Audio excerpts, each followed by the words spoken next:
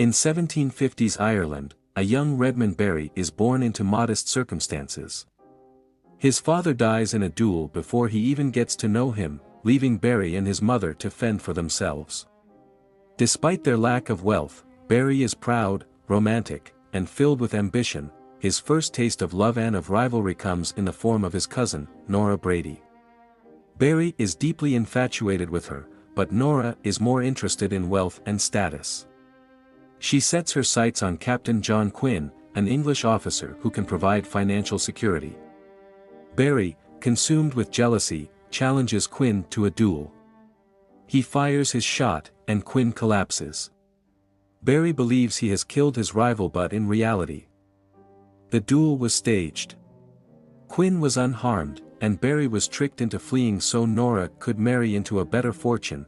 Alone and penniless, Barry sets off for Dublin, but before he can start a new life, he is robbed by highwaymen. With nothing left, he is forced to enlist in the British Army. Thrown into the chaos of the 7 Years' War, Barry experiences the brutal reality of combat. He fights alongside Captain Grogan, a family friend, and learns the harsh discipline of a soldier's life. But war is not about glory, it is about survival. Grogan is killed in battle, and Barry, now disillusioned and desperate, deserts the army. To escape unnoticed, he steals an officer's uniform and horse. Posing as a nobleman, he almost gets away with it, but fate has other plans. He is captured by Captain Potzdorff, an officer of the Prussian army, who sees through his disguise. Instead of punishing him, Potzdorff forces Barry to serve in the Prussian army. Barry proves his worth on the battlefield, even saving Potzdorff's life. For this, he is promoted and eventually recruited as a spy for the Prussian secret police. His mission? To infiltrate the household of the Chevalier de Balibari, a suspected spy, but rather than betraying the Chevalier, Barry confesses everything to him. The two men form a partnership, and Barry is introduced to the world of high-stakes gambling and social deception. Together, they travel across Europe, scamming wealthy aristocrats in elaborate card games. When confronted, Barry settles disputes through duels, further cementing his reputation as a ruthless opportunist. It is during these travels that Barry encounters Lady Linden, a wealthy but deeply unhappy noblewoman. Sensing an opportunity, he seduces her, publicly humiliating her aging husband, Sir Charles Linden, in the process. The stress of this humiliation drives Sir Charles to his death, and soon after, Barry marries Lady Linden, securing his place in England's upper class. With wealth and power now in his grasp, Barry could have secured a peaceful and happy life. But his ambition is boundless. He adopts the name Barry Linden and spends extravagantly, throwing lavish parties and indulging in luxury.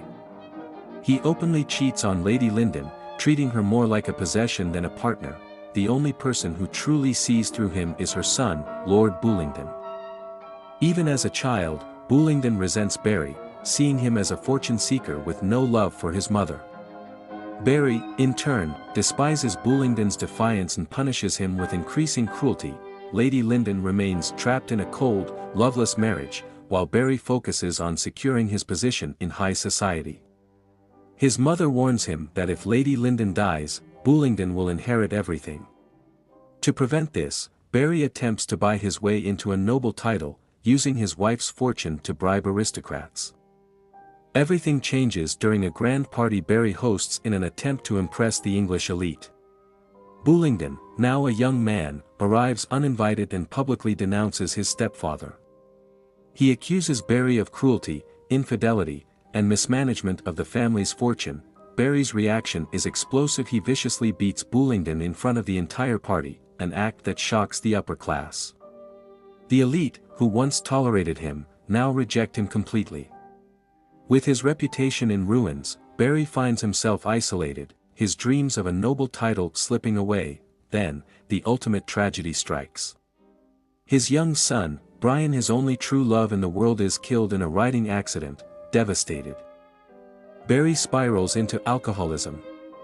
Lady Linden, trapped in despair, attempts suicide. The family is in complete ruin. Sensing that Barry's grip on the estate is weakening, Bullingdon returns to reclaim his rightful inheritance. He challenges Barry to a duel. At the duel, Bullingdon fires first but his pistol misfires. Barry, given the perfect chance to kill him, chooses instead to fire into the ground, refusing to take his life. But Bullingdon is merciless. He demands satisfaction and fires again, this time hitting Barry in the leg. Barry survives, but his leg is amputated, leaving him crippled and powerless. Now, Bullingdon finally has full control of the Linden estate. Through a lawyer. He offers Barry a deal: accept a small annual pension and leave England forever. With no options left, Barry takes the money and disappears, returning to his old gambling lifestyle, but without success. Lady Linden, now completely under Bullingdon's control, quietly signs Barry's annuity check. His name is nothing more than a reminder of a man who once reached the heights of society only to be cast out and forgotten.